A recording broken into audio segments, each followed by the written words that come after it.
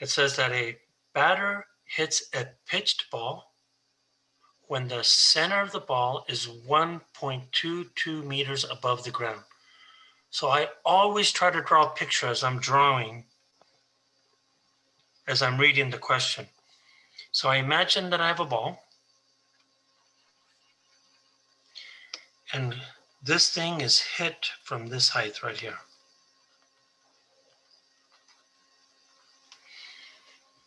Now,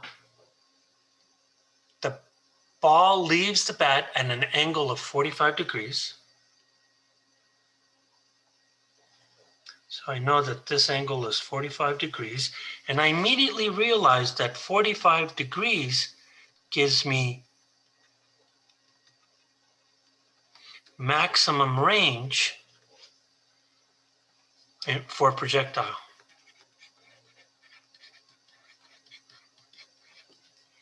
Okay, but I keep going on, and it says, with that launch, the ball should have a horizontal range of 107 meters. So this means here that if this thing was going maximum range, that means to this spot right here, that if I have this initial speed, then I know that this is going to give me max range, and this max range tells us that it's 107 meters.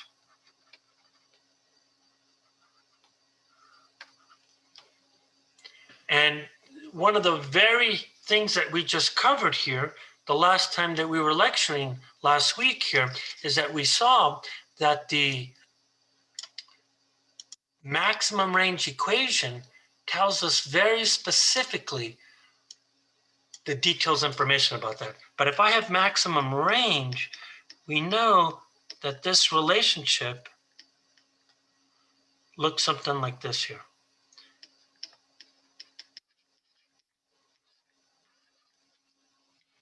Okay. So we have that relationship for maximum range. Now, what we're going to do here is that if we do this, this is what we find here. But let's keep reading the question, because that's just one of the pieces of information. So what you saw is that this and this is what what took me to this picture right here. So then I'm still going with the question here. And the question reads, A, does the ball clear a 7.32 meter fence that is 97.5 meters horizontally from the launch point? So note that this is there's now a different question. And what it says here is that if I have the same setup, okay, I have the same setup. I'm now hitting this ball from this point here, and I know that it has some initial speed here.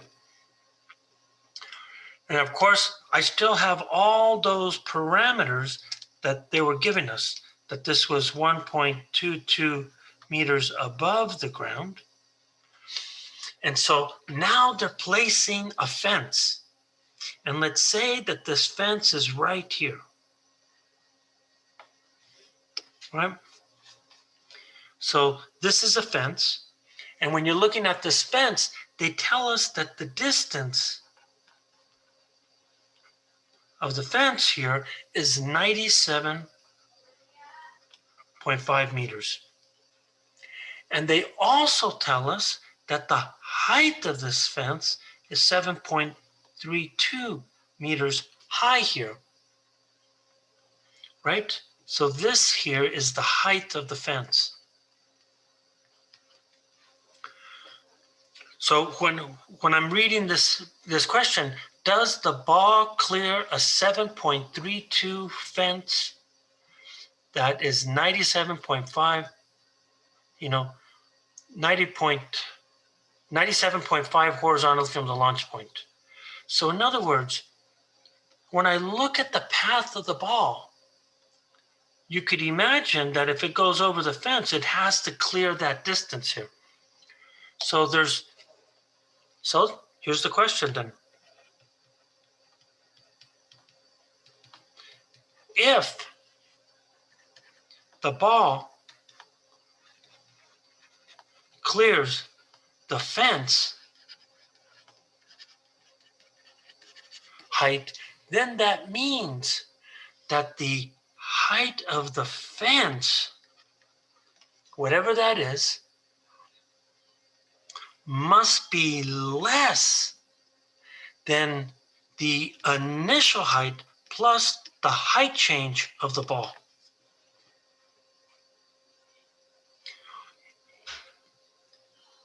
If the ball does not clear the fence, then that means that the height of the fence must be higher than the initial height plus whatever height the ball went up. So that's really the question that determines whether the ball actually goes over the fence. So immediately what I want to do here is that I'm going to set up some data tables just to organize my information. So the first thing that I want to do here is that I need to set up data tables to organize the problem's information. Now remember, projectile motion says that this is true. So let's look at the X motion. Well, here I go. I have, of course, this is 0. If this is 0, then I know that the final and initial speeds have to be the same. And then I have my time of flight. What do I know horizontally about the fence? Well, the ball needs to be at the fence, so I know that this must be the distance to the fence. So we need to figure out how high the ball is at that point. Do I know what the initial speed is? No. So right now, I don't have any information on the initial speed of the ball. Do I know how much the ball is in the air? The answer is no. So that must mean I have to get that information from the y. So let's go look at the y. So I have delta y, I have ay, which is minus g, then I have vy, v initial y, and t. So what do I know about this? Do I know the height of the fence? Yeah, the ball has to clear the height of the fence, so we know it has to be, wait, I'm wrong.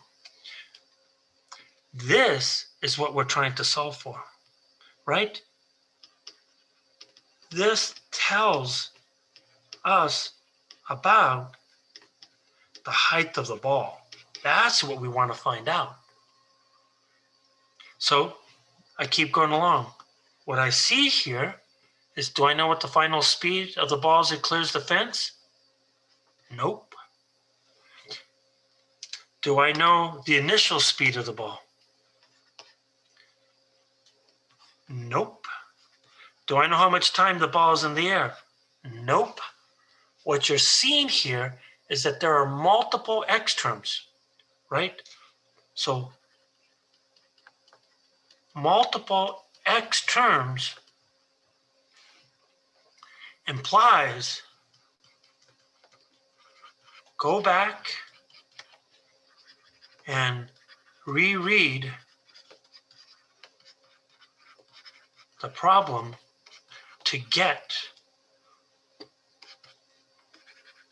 more information. Because right now it's an insolvable. But let me give you a hint here. The biggest red flag is this guy right here. And this guy right here. Every single problem assumes you have the initial velocity. Okay? If you don't have the initial velocity, you're effectively screwed. You get this really complicated quadratic equation that you have to go in and solve here. But just to show you what I mean, look at this kinematics table here. Every equation has what? Initial speed, initial speed, initial speed, initial speed. You cannot solve this problem without the initial speed. So we must determine the initial speed first. And that's what we have to go back and look. So if I go back and look at the question, look at what I highlighted in green. The ball leaves the bat at an angle of 45 degrees with the ground. Immediately, that should tell us we're talking about the maximum range equation. With that hit, the ball should have a horizontal range of 107 meters. So right away, you could see, I know the range, I know the angle, and of course I know G. It gives me the ability to solve for the initial velocity. That's what we want to go do. So let's go look at that. So what I'm going to do here is that I'm going to say here is that we can apply the range equation because the launch / landing heights are the same. So that means when I look at the range and I have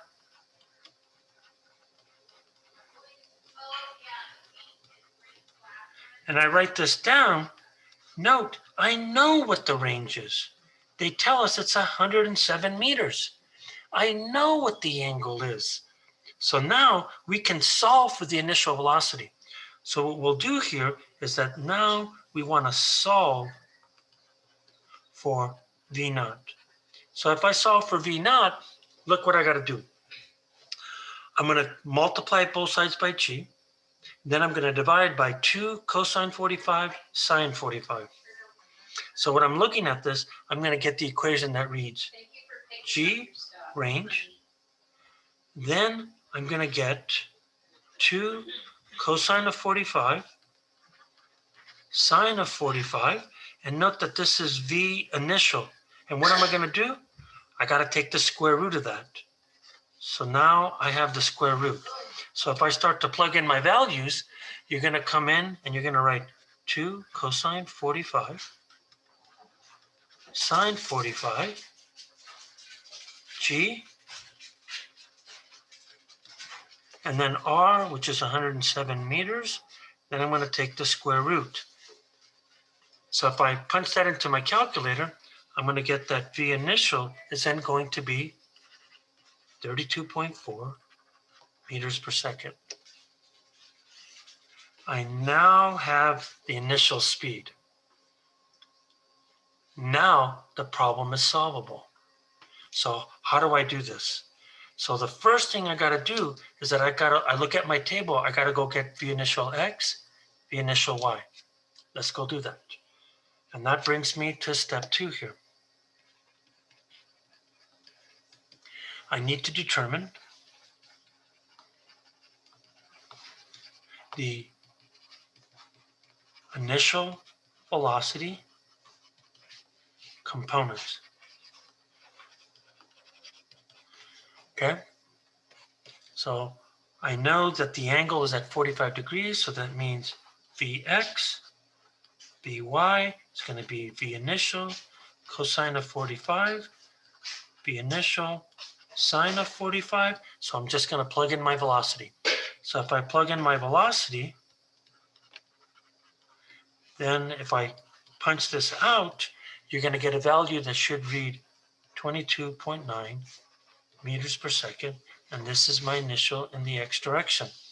And because the angle is the same, this is going to be 22.9 meters per second for V initial y. I now have my components. Okay, I now have my components. So now I'm going to go in and I'm going to put those into my data table. So here I go. I'm going to grab my data tables and I'm going to punch these guys right into here. So because the acceleration is 0 for the x direction, I could then come in here and I can write this as 2.29 meters per second.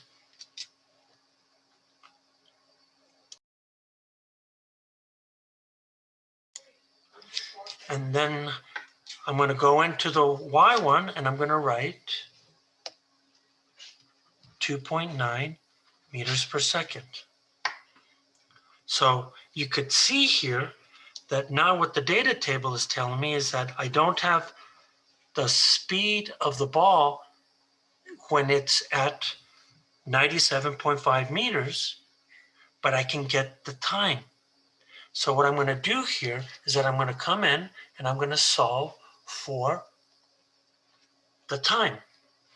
So I'm going to solve the x equations for time t, which is the time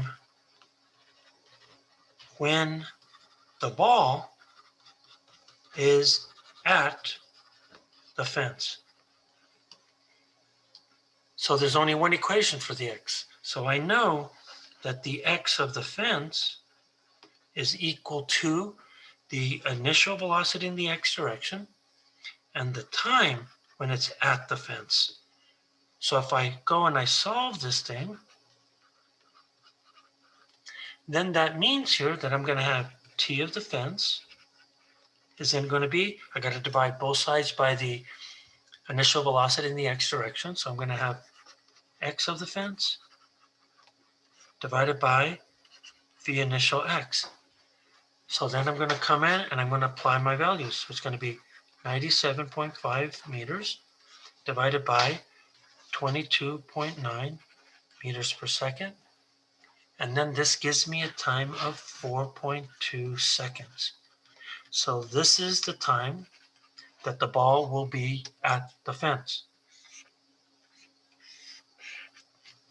I now know that. That being said, what can I do with this time? I could then take this time, and what am I going to do? I'm going to plug it right into my y equations. Okay? And that's going to tell me the height change of the ball. So if I do that, what am I looking at? So this tells me, so now from the y data table, this implies that we don't know that Vy is the unknown. Excuse me, Vy is the variable we do not have. So it tells us which equation it is. There's only one equation that does not have Vy, and it's this guy. That the height of the ball, after it leaves its initial height, must be its initial speed times the time when the ball's at the fence plus 1/2 AY t of the fence squared. But we have all that information now. We know what the initial speed is. We know what the time is. So I could plug those right in. So if I start to plug these guys in, what we're seeing here is that this then becomes my initial speed, which is 2.9 meters per second.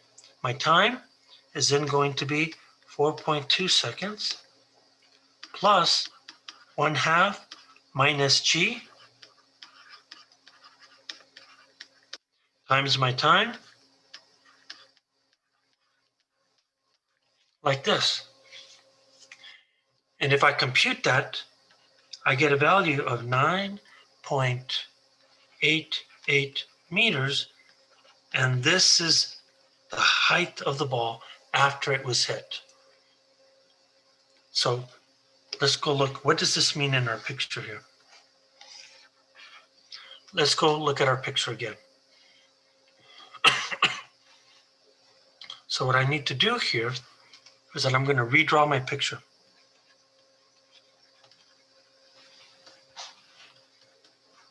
So if I redraw the picture, it goes something like this. I have my floor or my ground. I look at the initial height of the ball, and I know I shot that at a 45-degree angle with this V initial. So when I look at this height, I know that this height is 1.22 meters. Now, how high did the ball rise? Well, I know that this is the fence right here.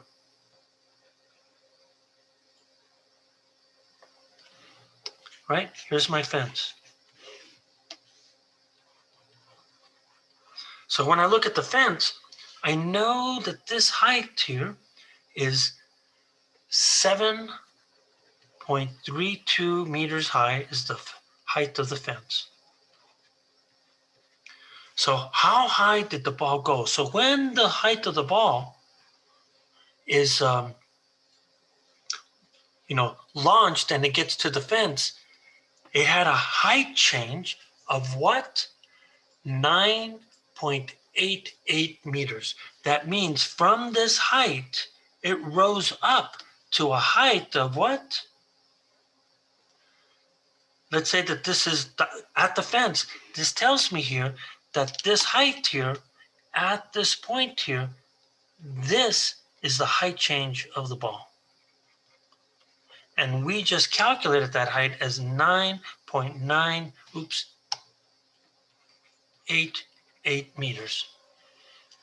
So what you're seeing here is that clearly the ball has cleared. But the question is, by how much did the ball clear? So what we're seeing here is that the total height of ball at the fence will then be its initial height plus the change in height of the ball. So you can see that this is 1.22 plus 9.88, which gives us a perfect, looks like a perfect 11. It's actually 11.1 with the rounding, but we're going to say this right here. It's 11 meters. This is the total height. So what you're seeing here is that the total height of the ball is greater than the height of the fence. So therefore, it's clear that the ball clears the fence. By how much does it clear it? Well, it should clear it by what? So the clearance height should then be 11.0 minus 7.3, which should then give me 3.7 meters. And that's what they were asking for. What was the clearance of the ball on the fence? So now we know what the clearance is. So the question, let me go grab the question again. And I want to bring that question I guess I don't have it. I got to go up there and get it. So let me see if I can get it without having to go up.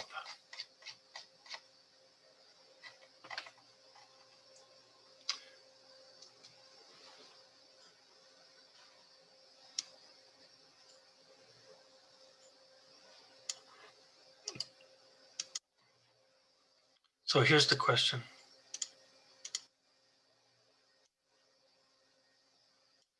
So now we're looking at this question.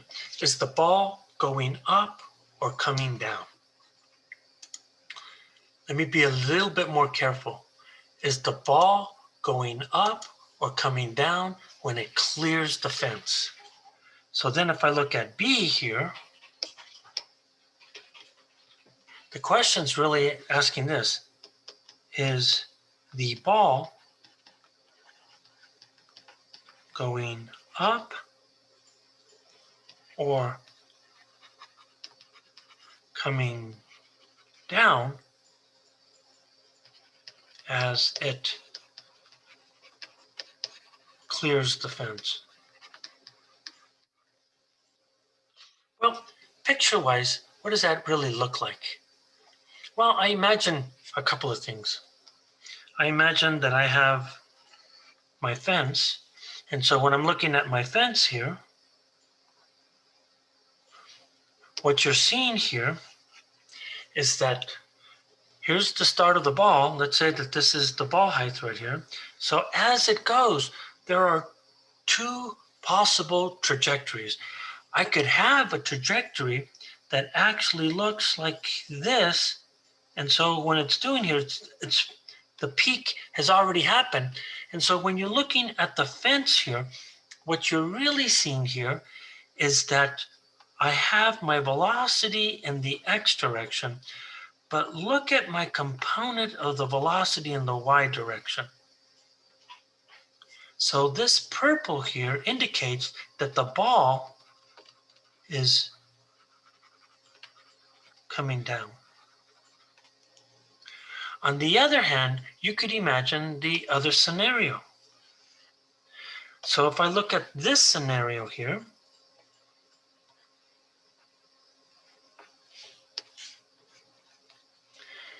and so what happens here is that in this case here, you're seeing that the ball is still going upwards like this. So if I look at the velocity at this point, there's a component of Vy in that direction, but the x does not change. So in this scenario here, you're seeing that here the ball is going up. So what you're seeing here is that in this case, Vy is what? Negative. It's pointing in the downwards direction. And in this case, Vy is positive. So that's what we're really looking for.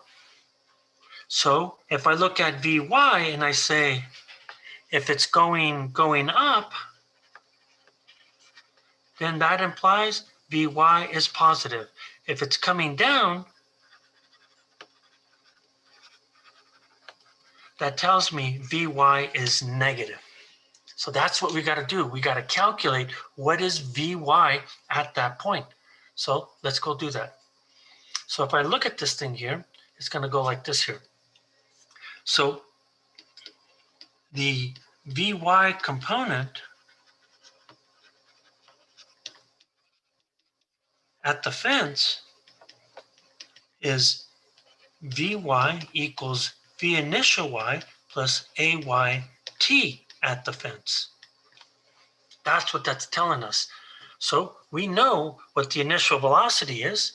So it's got to be 22.9 meters per second minus g times my time, which was, I think it was 4.6 seconds. I think that's what it was. I don't quite remember. What was the time? 4.26. 4.26, thank you.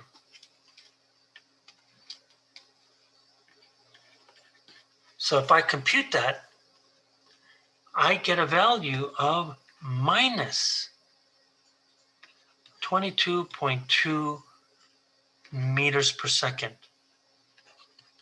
So I'm looking at this thing and I see that it's negative. So this tells me that the ball is on the way down. And that ends the example. Any questions on this thing?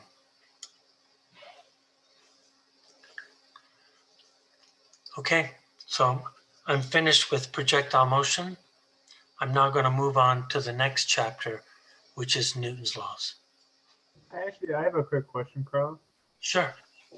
When you're doing the max range formula, when you're inputting the acceleration, I get sometimes because the acceleration is negative, but sometimes when you put it into formulas, you're putting in a positive acceleration. Yes, we actually, when we derived this thing, we added the sign, but we took it out because they canceled out.